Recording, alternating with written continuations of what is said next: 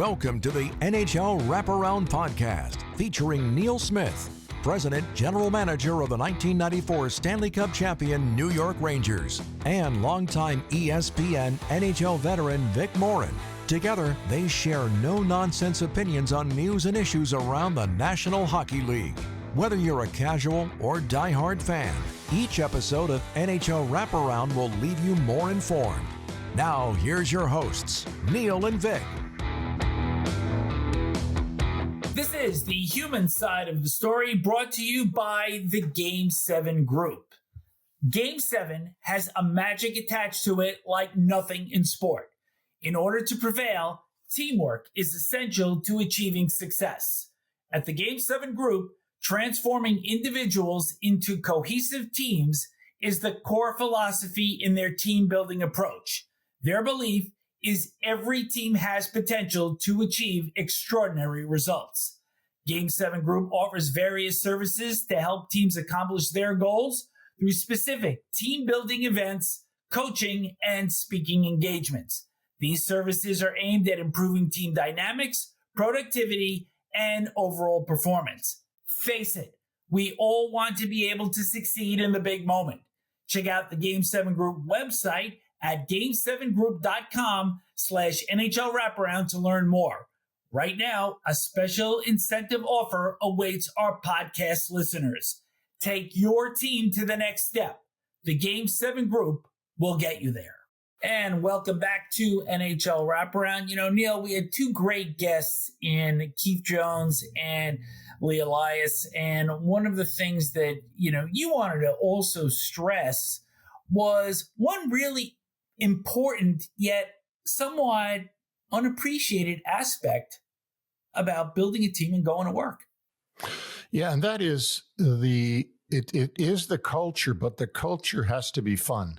And you can't really build a good culture without making sure that the people that are under you, that you're trying to lead, are also having fun. Now, they have to be accountable. You have to hold them accountable for whatever their duties are.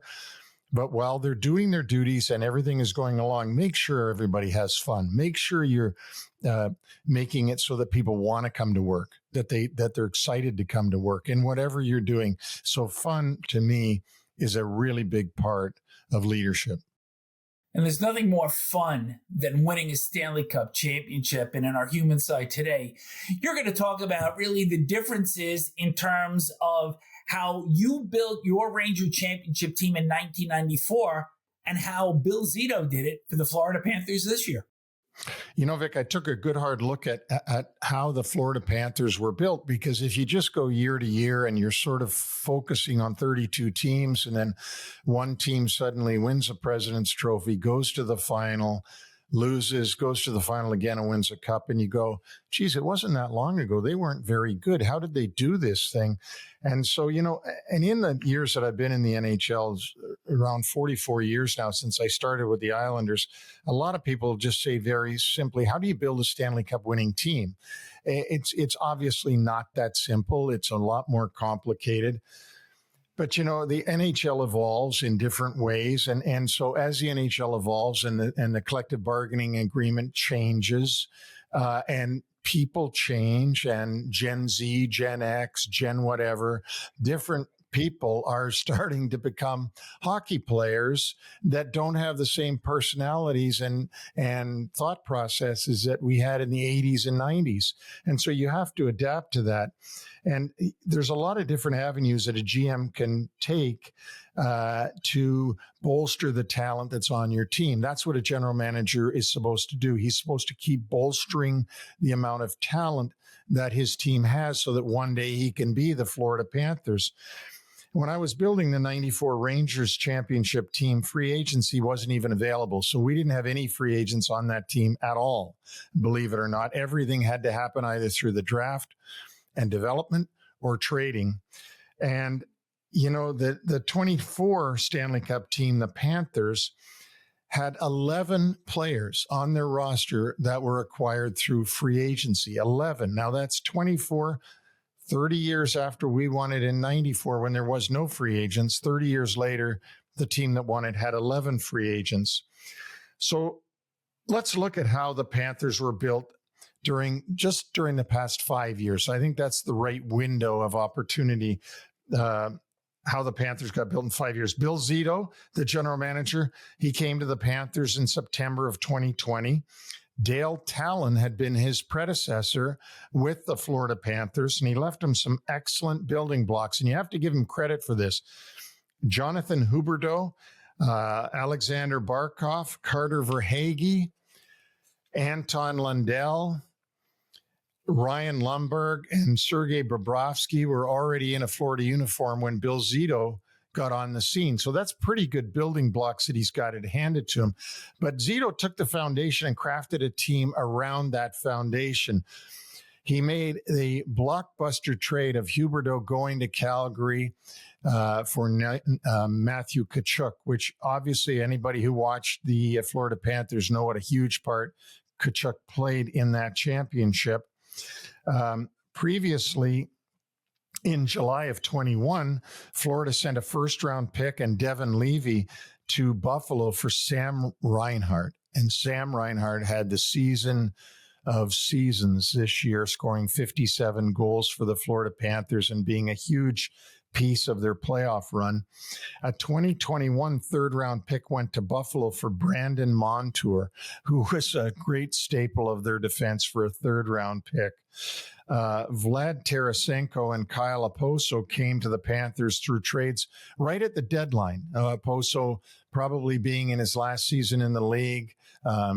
Tarasenko having been on now his fourth team. Now he's re-signed in the summer with not re-signed, but signed in the summer with the Detroit Red Wings. He's gone, but still those were two important pieces. Zito even picked up two crucial pieces on waivers during his time in the last 5 years that helped the team win the cup. Gustav Forsling and Josh Mahura were both waiver pickups. I mean, this is where Keith Jones mentioned it. You got to have luck. And for those guys to appear on the waiver wire is luck. But then for you to know to grab them is skill and do it pushing the right buttons. So even Rodriguez and Oliver Ekman-Larsson, Dmitry Kulikov, Nico Mikkola, Kevin Stenlund, Nick Cousins, and Anthony Stolarz, those were all Zito signings. So how do you build a winner in the NHL? One, realize the good pieces you already have, like Bill Zito did. Two, make some intelligent trades as you build the team, which obviously Zito did. Three, do your research and sign the right free agents. That's really important. You make a blunder on a free agent, it can set you back. And the last one is get lucky. Get some players through waivers or falling in your lap.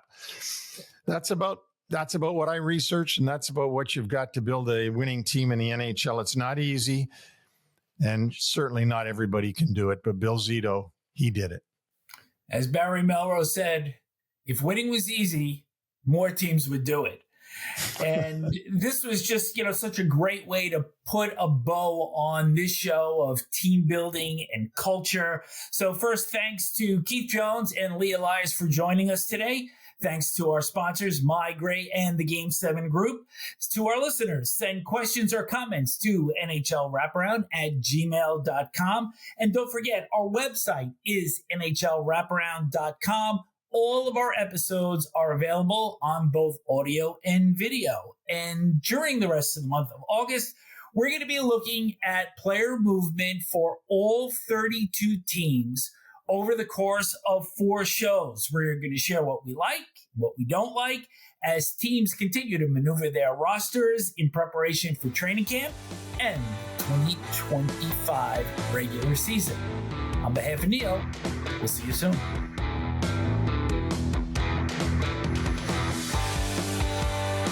Thanks for joining us on the NHL Wraparound podcast. Don't forget to subscribe to stay up to date on all the NHL action.